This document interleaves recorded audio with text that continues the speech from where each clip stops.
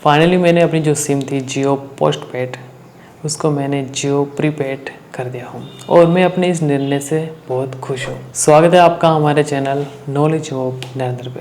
जैसे कि आपको पता है कि मैंने 8-9 महीने पहले अपनी जो सिम थी वोडाफोन की, उसको जियो पोस्ट पेड के अंदर कन्वर्ट किया था, क्योंकि मैंने आपको बताया कि हमारे पास में जियो का जो टावर है वो लग चुका था और जो वोडाफोन का टावर था वो हमारे घर से 3 किलोमीटर दूरी पे है।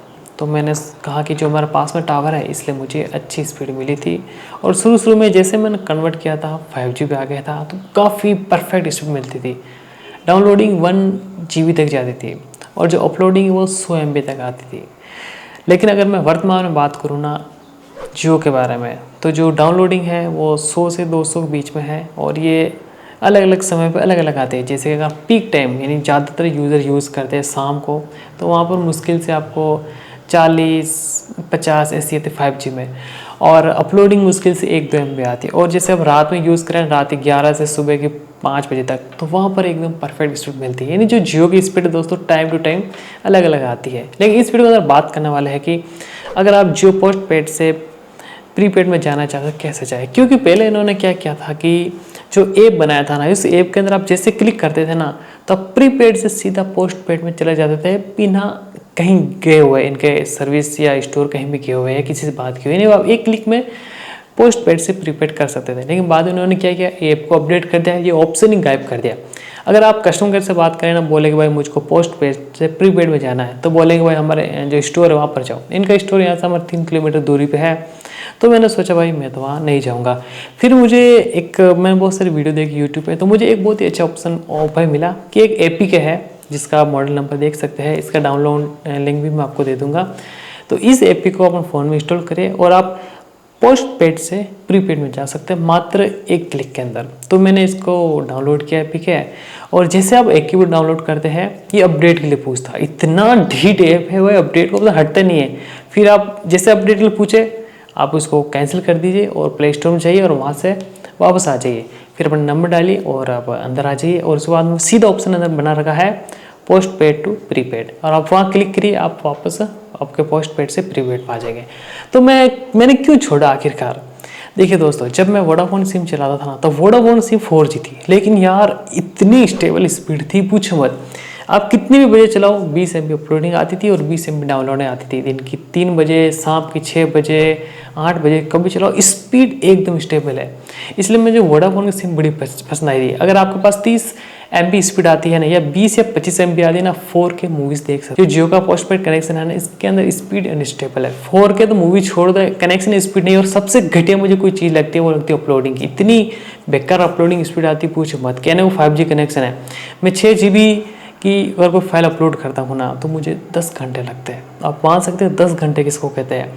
तो फिर मैंने इस कारण जो जियो का जो कनेक्शन है वो छोड़ दिया। इसका एक कारण और है कि अगर आप 5G चलाते हैं और कुछ प्लान के अंदर आपको 5G अनलिमिटेड देखने को मिलता है, वो एक्चुअली अनलिमिटेड है। मैंने एक दिन 16 GB फिल्म निकाली, अब मैं 3-4 दिन हो गए तो मैं डेली 20-25 GB यूज़ कर रहा हूँ। वो एक्चुअली अनलिमिटेड है। इसके फ़ायदे भी नुकसान भी है।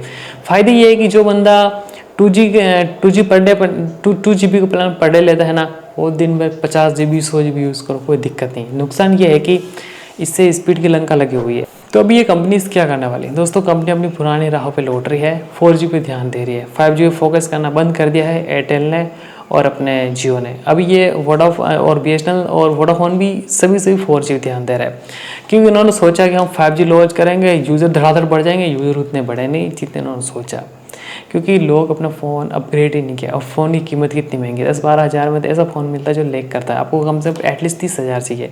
तो लोगों ने उस तरह से स्विच नहीं किया, और जो 2G यूज़र है उनको इंटरेस्ट नहीं है 5G चलाने में, तो कंपनियाँ वापस 4G फोकस कर रही है। तो क्या 5G फ्लॉप हो गया? फ्लॉप तो नहीं हुआ दोस्तों, क्योंकि यूज़र नहीं है, फ़ोन भी महंगे हैं और लोग धीरे धीरे अपग्रेड करें। 4G के समय क्या हुआ था कि लोग 3G चलाते नहीं थे। मैं खुद भी 3G नहीं चलाता था, 2G चलाता था। बहुत से लोगों को 2G फ़ोन था, तो उस समय उन्होंने फर्स्ट समय 4G लिया था, तो फटाक से 2G से 3G मिस करते डायरेक्ट 4G पे आ गए।